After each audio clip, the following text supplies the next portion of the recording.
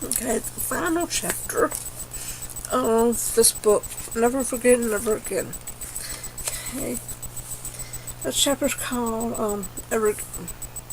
It's about learning about anti-Semitism. It says another important way to combat anti-Semitism is through education. What is anti-Semitism? How pervasive is it today? How does it impact Jewish-Christian relationships? Okay, there's a series of questions here and the answers about the history of anti-Semitism from the biblical and theological perspective.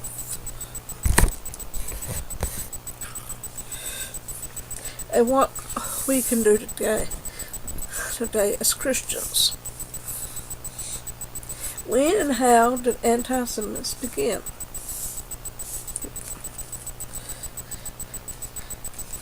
It's one of the most ancient and intensest prejudices ever to afflict humankind, and its beginnings are ancient as well. Already in the 6th century BCE, in one of the earliest records of ancient history, the Bible records Haman sought to wipe out all the Jews of Persian Empire. Why? Because Mordecai, a Jew, refused to bow down to him.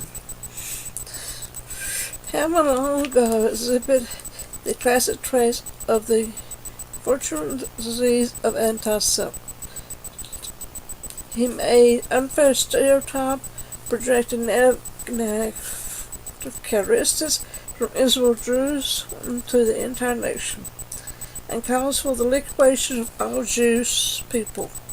Because of the perceptive and misdeed of one of the Jews, let's examine what the Bible says about his hatred for Jews and about the hatred of all others as well.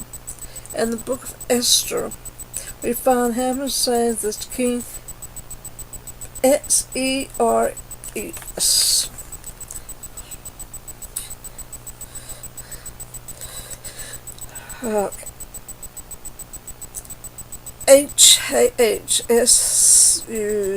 Hasuerus, Ahasuerus in Hebrew, of Persia. There is a certain people dispersed among all the provinces of your kingdom, who keep among themselves separate. The culture is different from those of all other people, and they do not obey the king's laws.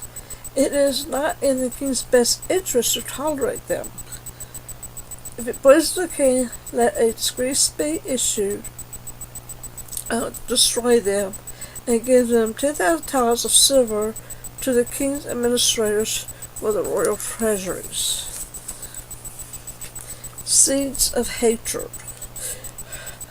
Haman despised the Jews because they lived and believed differently from others.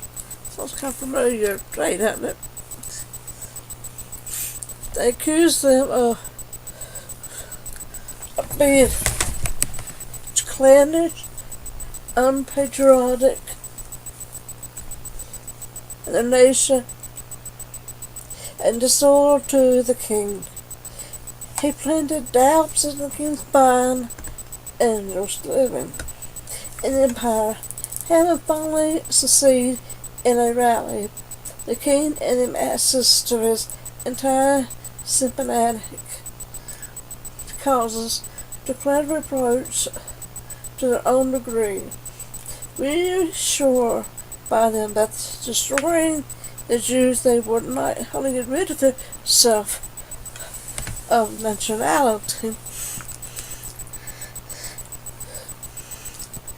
problem, they will also reap great financial rewards in the progress. this kind of thinking typical among many anti-Semites are not most consumed by greed and hatred. Anti-Semitism is actually a term of recent vintage. It was coined in 1873 by Wilhelm Marr, a German who believed that Jews as a group were unalterably tainted and racially determined. Their goal, in his view, was to overrun society, corrupt the pure Aryan German nation. This new concept of anti-Semitism reflects of the full shifts in attitude that once historical Jews pressures that flare up in response of offensive Jewish behavior or belief change in Jews. It was anti-Jewish.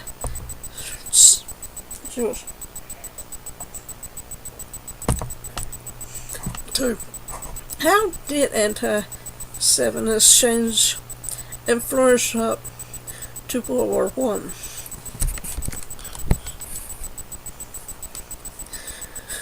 Through anti-Jewish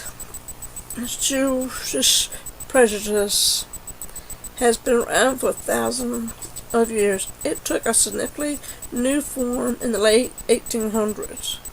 It shifted from historical prejudice that was anti-Jewish and flared up as a negative reaction to Jewish behaviors or beliefs. The view that the anti-Jews based on irrational racial hatred. In previous centuries, Jews could theoretically change their actions or beliefs and therefore avoid being subject to anti-Semitism. But with the introduction of a new radical example, genetic dimensions, they could not escape. Even if they converted to Christianity, for example, they could not escape being branded as Jews. The root problem, according to this new kind of anti-Semitism, is not a Jewish behavior or beliefs, but in the Jewish flesh and blood, not Nazi oppression. As well known, the theory of Jewish radical impurities was reintroduced in most monstrous form a few decades later after Adolf Hitler. This hypothesis constituted the ideological backbone of the Nazi onslaught against the Jews. This modern anti-Semitism involved in pathological radical hatred, in contrast with historical prejudice against the Jews and beliefs. For example, a Jew living during the Crusade, the Spanish Inquisition, or even the pogroms of the late 1800s could have been spared from persecution and death by converting to Christianity. By the 20th century, Holocaust, the new radical genetic understand anti-Semitism, such as conversion, would have been an entirely futile gesture. In anti-Semitism, there is a rational phenomenon that we can now try to comprehend.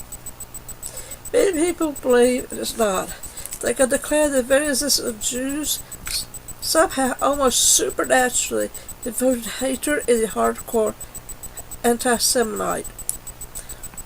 Such hatred is not based on the Jewish personality, beliefs, acts, or social mores, but the simple fact of just being a Jew.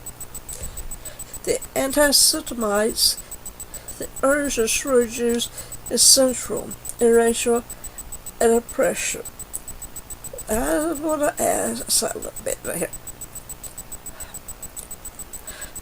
The Jews are God's right hand, God's chosen people. And just because times people have been trying to destroy them. And even though it says right here they don't know why, the reason is because they're God's chosen people. And they're automatically, I can't explain it, but granted you, God's chosen people, God's right hand, they're the apple of Daddy's eye. Everything else Christians, Gentiles, wrapped into the branch. Okay. But simple, for anti-Semites, the urge to destroy Jews is central international passion, obsessions. It's been going on for years. If you read the Bible, you'll see it. If the Israelites cross the Red, go across the desert for 40 long years, they've been destroyed. History provides many examples of innocent accusations against the Jews. In fact, Jews seem to be criticized no matter what alternative they choose. But Jesus was a Jew also, and they hated him. In fact, Jews seem to be criticized no matter what alternative they choose. In various points of history, for example, Jews have been accused of being too poor, too wealthy, too political, domineering, or too politically uninvolved. Jews have been accused of being too spiritual or too secular, unambitious, over-aggressive, too separate from others, too assimilated, capitalist, and communist. The occasional hatred of Jews is not prompted by anything the Jews themselves do or they don't. It's simply because in reality they're Jews, God's chosen people. And the enemy does not like God's chosen people. How do stereotypes, number 3. How do stereotypes extend anti-Semitism? What are the historical causes and identity roots of anti-Semitism? Is it a chronic disease, or is it incurable or curable? Is it rational? All of these are very complex issues that we cannot fully address. We can say, however, that the anti-Semitism has been sprung and nurtured by economical, social, political, and even religious force. In many respects, anti-Semitism entered into the mind as psyche of Western civilization through Christianity, as will be addressed later. At times, anti-Semitism seems so enmeshed in the Western culture, we fail to even recognize it. Ingrained stereotypes. Ask yourself, what happens to children when they read in school about Shylock and Shakespeare, Merchant of Venice? Those are results of viewing a church over plays. Or movies portray Jews as evil, hostile, and even murderous toward Jesus. Such experiences, which are all uncommon in our society, reinforce some of the most vicious anti-Jew stereotypes and condoms that have plagued Jews for centuries. Particularly damaging is the notation that Jews were somehow responsible for killing Jesus. They even accused them of stealing the body of Jesus. and are divinely intended for service for that sin for generations. Of course, anti-Semitic stereotypes can take a far more subtle form. Look at how Jesus is portrayed in the artwork found today in most museums and churches. Usually he and the apostles, except for Judas, is depicted with straight, light-colored hair. Smooth features, big expression, beyond the other two are pictured with black, unruly curly hair, large noses, confining eyes. These pictures silently deny Jesus as a Jew. We cannot call this overt anti-Semitism. Jesus was olive color, not white, yellow, black, yellow, orange, red. Okay. We cannot call this overt anti-Semitism, but certainly reinforces and gives credit to common decorative perception of Jews. The anti-Semitism is often manifest blatantly, overtly, but it can also assume a more subtle, deceptive disguise as well.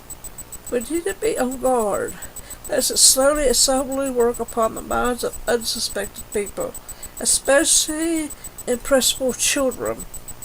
Children are open to everything. Covert anti-Semitism can be indigenous, shaped, strong negative attitudes toward Jews. I saw a video years ago, I think it was. It was school kids being taught hatred toward us Americans. I mean, these were kids, poor kids, that were taught how to hate us. Just imagine how some kids are raised to hate. We should raise our kids to like.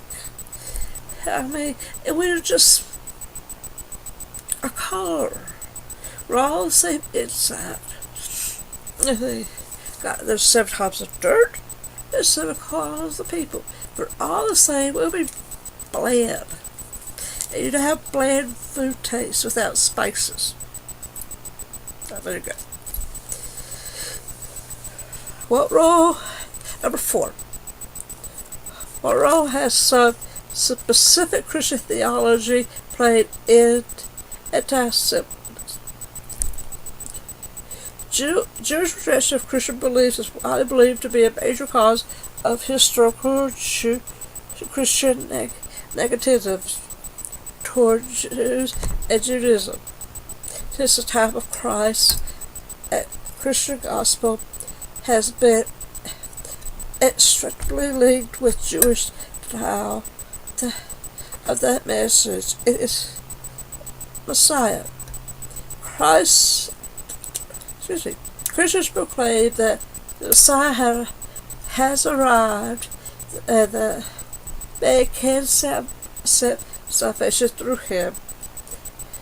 Meanwhile, Jews, by their very existence, seem to be counter testimony. Stubbornly, Jews continue to irritate and embarrass Christians by insisting that the true Messiah has not yet to come. That God's covenant with them remained operative in the Jewish Bible, not the New Testament. It is still the complete and definite Word of God.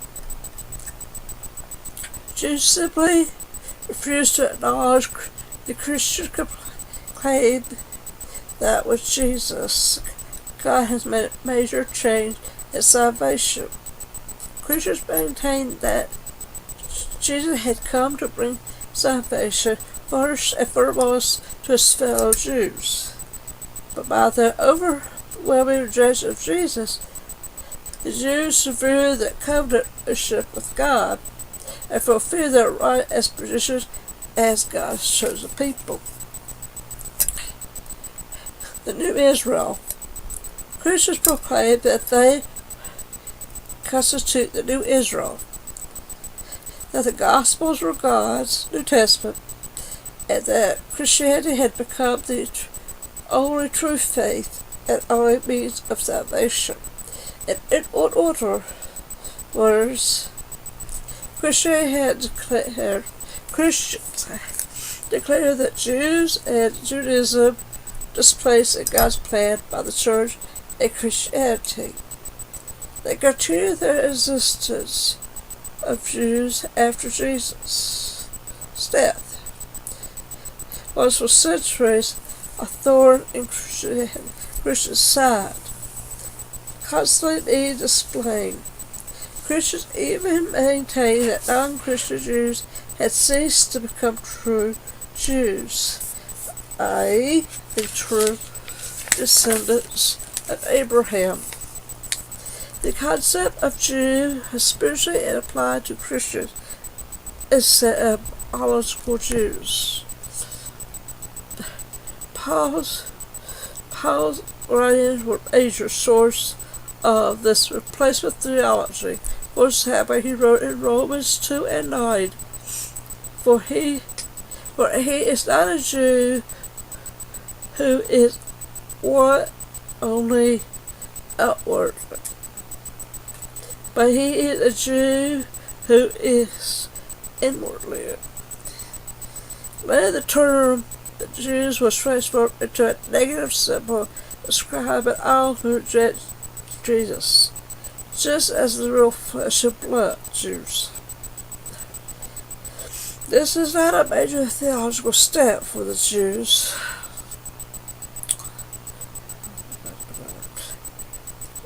Of succeeding generations, but become a collective review as the sons of devil, or the incarnation of evil. In Christians' eyes, there are the people who crucified Jesus out of sheer malice. Those who shouted crucify as well as their descendants were all murderers. John 8:44, Matthew 27:25. This theology and the policy toward non-Christians built upon prior negative views of Jews. Paul has warned against undue pride, telling Christians not to take theological hostile position against the Jews. Romans 11:17-24. This thing will be our next question.